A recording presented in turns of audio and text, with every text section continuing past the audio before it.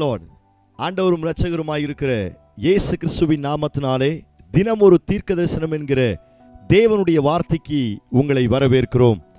தீர்க்கதரிசனம் என்பது தேவ ஆவியால் அருளப்பட்ட அவருடைய வாக்குத்தத்தமான வார்த்தை மாத்திரமே.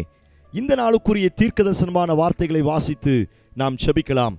1 கொரிந்தியர் 10வது அதிகாரம் 13வது வசனத்தை நான் வாசிக்கிறேன்.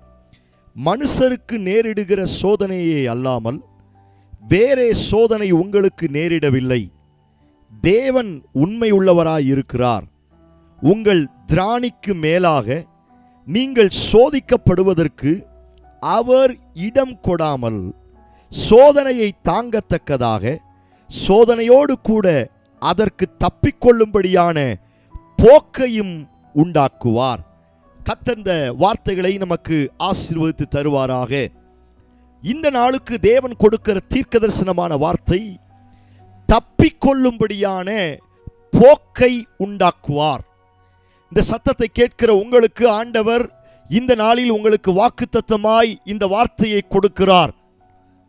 என்னுடைய வாழ்க்கையில் எத்தனை சோதனையில் நான் அகப்பட்டாலும் அந்த சோதனையிலிருந்து தப்பித்து கொள்ளக்கூடிய ஒரு போக்கை உண்டாக்குவேன் என்று ஆண்டவர் வாக்குத்தத்தம் பண்ணுகிறார்.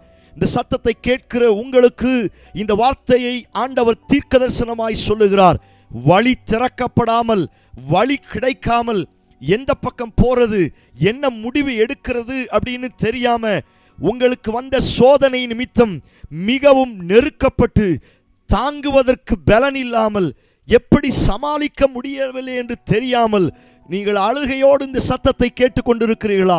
உங்களுக்கு கர்த்தர் இந்த வார்த்தையை தீர்க்கதரிசனமாய் சொல்லுகிறார். ஸ்தோத்திரம். நீ இவைகளை ஜெயிக்கக்கூடிய ஒரு வழியை நான் உனக்கு ஏற்படுத்துவேன் என்று கர்த்தர் வாக்குத்தத்தம் பண்ணுகிறார். எத்தனை பேர் இந்த வார்த்தைக்கு ஆமென் சொல்றீங்க? என்னுடைய வாழ்க்கையிலே எத்தனை சோதனைகள் வந்தாலும் முதலாவது ஆண்டவர் செய்கிற காரியம், அதை தாங்கக்கூடிய பலனை தருகிறார். சத்ருவினால, மனிதர்களினால, உறவுகளினால, சோத்திரம், எந்தெந்த ரீதியிலெல்லாம் எனக்கு சோதனைகள் வருகிறதோ அத்தனை சோதனைகளையும் தாங்கக்கூடிய பலனை தருகிறார். சோதனையோடு இந்த சத்தத்தை கேட்டுக்கொண்டிருக்கிறீர்களா? நீங்கள் கேட்டுக்கொண்டிருக்கிற இந்த டைம்ல நீங்கள் செபிக்க ஆரம்பிங்க. நீங்கள் செபிக்க ஆரம்பிக்க பரிசுத்த ஆவியானவர் உங்கள் மேல் வந்து உங்களை பலப்படுத்த அவர் வல்லமையுள்ளவராய் இருக்கிறார். எத்தனை சோதனைகள் வந்தாலும் அந்த சோதனை நேரத்தில் நீங்களும் நானும் ஆராதிக்கிற இயேசு உண்மையுள்ளவராய் இருக்கிறபடியினால் அந்த சோதனையை தாங்கக்கூடிய பலனை தருகிறார். தாங்க முடியாதபடி இருக்கிறீர்களா? சுமக்க முடியாதபடி இருக்கிறீர்களா? இன்றைக்கு இந்த சோதனைகளை தாங்கக்கூடிய பலனை கர்த்தர் உங்களுக்கு தரப்போகிறார். யோபுக்கு வந்த சோதனை நமக்கு தெரியும். யோபு நீதிமான், அவன் உத்தமன், சன்மார்க்கன், தேவனுக்கு பயந்தவன். ஆனாலும் அவனுடைய வாழ்க்கையில் சத்துரு சோதனையை கொண்டு வந்தான். அந்த சோதனை நிமித்தம் அவனுடைய சொத்துக்கள் அழிந்து போனது. அவனுடைய ஆடு மாடுகள், ஒட்டகம், கழுதை, வேலைக்காரர்கள், கடைசியில் அவனுடைய பிள்ளைகள், அவனுடைய மனைவி, அவனுடைய சரீரம் எல்லாமே அந்த சோதனையில் பாதிக்கப்பட்டது. ஆனால் சோதனையில் தாங்கக்கூடிய பலன் தருகிற தேவன் யோபுவை பலப்படுத்த ஆரம்பித்தார். அவ்வளவு பெரிய சோதனையிலும் யோபு தன் வாயினால் அறிக்கையிட்ட வார்த்தை என்ன? அழகான வார்த்தை. அவர் என்னை கொன்று போட்டாலும் நான் அவர் மேல் நம்பிக்கையாயிருப்பேன். என் தோல் முதலானவைகளை அழுகி போனாலும் என் சொந்த கண்களினால் என் மீட்பர் உயிரோடு இருக்கிறார், நான் அவனை பார்ப்பேன் என்கிற ஒரு அசைக்க முடியாத நம்பிக்கை. பிரியமான தேவனுடைய பிள்ளைகளே, இந்த பலன் அவனுடைய திறமையினால் வந்ததல்ல. இந்த பலனை கர்த்தரே அவனுக்கு தந்தார். சோதனையோடு இந்த சத்தத்தை கேட்டுக்கொண்டிருக்கிறீர்களா? கர்த்தர் உங்களை பலப்படுத்த அவர் வல்லமையுள்ளவராய் இருக்கிறார். சோதனை நேரத்தில் பலப்படுத்துகிறது மாத்திரமல்ல, சோதனையோடு கூட தப்பிக்கொள்ளக்கூடிய போக்கை உண்டு பண்ணுவார். எஸ்கேப், இங்கிலீஷ்ல எஸ்கேப்னு போட்டிருக்குது. எத்தனை சோதனை வந்தாலும் அதிலிருந்து எஸ்கேப் ஆகக்கூடிய சில வழியை கர்த்தர் ஏற்படுத்த போகிறார். இந்த வார்த்தையை நான் உங்களுக்கு தீர்க்கதரிசனமாய் சொல்லுகிறேன். பல்வேறு விதமான சோதனையில தாங்க முடியாதபடி பலவீனத்தோட, சோர்வுகளோட, தோல்வியோட இந்த சத்தத்தை கேட்டுக்கொண்டிருக்கிறீர்களா? ஆண்டவர் சொல்லுகிறார், தப்பிக்கொள்ளக்கூடிய ஒரு வழியை, தப்பிக்கொள்ளக்கூடிய ஒரு போக்கை நான் உனக்கு உண்டாக்குவேன் என்று கர்த்தர் வாக்குத்தத்தம் பண்ணுகிறார். எத்தனை பேர் இந்த வார்த்தைக்கு ஆமென் சொல்றீங்க? இயேசுவுக்கு வராத சோதனையா? சோதனைக்காரன் இயேசுவை சோதிப்பதற்காகவே வனாந்தரத்துக்கு போனான் என்று வேதத்தில் வாசிக்க முடியும். பல ரீதியில் இயேசுவை சோதிக்க ஆரம்பித்தான். அவன் சோதிக்க பல ரீதியில் வந்த போதெல்லாம் இயேசுவானவர் வசனத்தை பேச ஆரம்பித்தார். தேவதூதன் வந்து இயேசுவை பலப்படுத்தினார். தேவன் அவனுக்கு உதவி செய்தார். பரிசுத்த ஆவியானுடைய நிழல் அவர் மேல் இருந்தபடினால அத்தனை சோதனையிலும் தப்பிக்கொள்ளக்கூடிய ஒரு வாசல் இயேசுவுக்காய் திறக்கப்பட்டது. இயேசுவை மலை மேல் அவரை தள்ளிவிட்டு கொலை செய்யலாம் என்று நினைத்தார்கள். அவர் எப்படியாவது கீழே தள்ளி விட்டுறலாம் அப்படின்னு நினைச்சாங்க. வேதத்தில் வாசிக்கிறோம், இயேசு அவர்கள் கண்களுக்கு மறைவாய் போனார். நான் சொல்லுகிறேன், எத்தனை சோதனைகள் மனுஷன் மூலமா அல்லது மந்திரவாதம், பிள்ளி சுனியத்தின் மூலமா அல்லது மற்ற உடன் பிறந்தவர்கள் மூலமா, உறவுகளின் மூலமாய் நீங்க வேலை பார்க்கிற இடத்துல எத்தனை சோதனைகள் வந்தாலும் அந்த சோதனையில நீங்கள் சிக்கிக் கொள்ளாதபடி, இந்த வார்த்தை ஆண்டவர் தீர்க்கதரிசனமாய் சொல்லுகிறார், அந்த சோதனையில நீங்களும் உங்க குடும்பமும் உங்க ஆவிக்குரிய வாழ்க்கையும் சிக்கிக் கொள்ளாதபடி அந்த சோதனையிலிருந்து தப்பிக்கொள்ளக்கூடிய ஒரு வழியை, ஒரு போக்கை கர்த்தர் உண்டு பண்ண போகிறார். எத்தனை பேர் இந்த வார்த்தைக்கு ஆமென் சொல்றீங்க? முன்னாடி செங்கடல், பின்னாடி பார்வோன் சேனை. ஜனங்கள் எல்லாரும் மோசேக்கு விரோதமாய் முறுமுறுக்கிறார்கள். எங்கள் தேசத்தில் சாவதற்கு இடமில்லை என்று சொல்லி இந்த வனாந்தரத்தில் சாகிறதுக்காக எங்களை கொண்டு வந்தீங்க. பார்வோன் விரட்டி வர வர இஸ்ரவேல் ஜனங்கள் கலங்க ஆரம்பிக்கிறார்கள். எந்த பக்கம் போறதுன்னு தெரியல. முன்னாடி போனா தண்ணி இருக்குது, அழிந்து போவோம். வேற எந்த பக்கம் போனாலும் பார்வோனும் அவன் சேனைகளும் நம்மையும் நம்முடைய குடும்பையும் கொன்று போட்டு விடும் என்ற பயம், வேதனை, அழுக, எல்லாரும் முறுமுறுக்க ஆரம்பித்தார்கள். மோசே 2 கரங்களை உயர்த்தி இயேசுவை நோக்கி ஜெபிக்க ஆரம்பிக்கிறார்.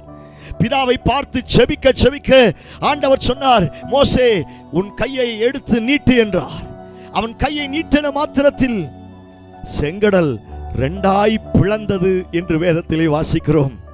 அந்த கடல்ல கட்டாந்தரையில் நடப்பது போல அந்த கடலை கடந்தார்கள் என்று வேதத்திலே வாசிக்கிறோம்.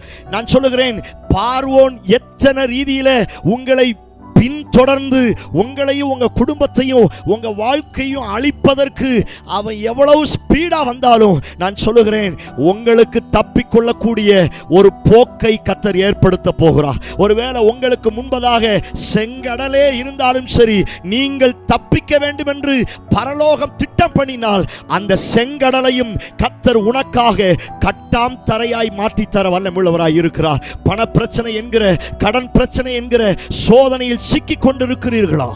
வியாதி என்கிற சோதனையில் சிக்கிக் கொண்டிருக்கிறீர்களா? நீங்க எந்த சோதனையில் நீங்கள் சிக்கிக் கொண்டு வெளியே வர முடியாமல் தவித்துக் கொண்டிருந்தாலும் உங்களுக்கு இந்த வார்த்தையை ஆண்டவர் தீர்க்கதரிசனமாய் சொல்லுகிறார், நீ தப்பிக்கொள்ளக்கூடிய போக்கை இன்றைக்கு கர்த்தர் உனக்கு ஏற்படுத்த போகிறார். பார்வோனின் கையில் நீ சிக்கிக் கொள்வது கிடையாது.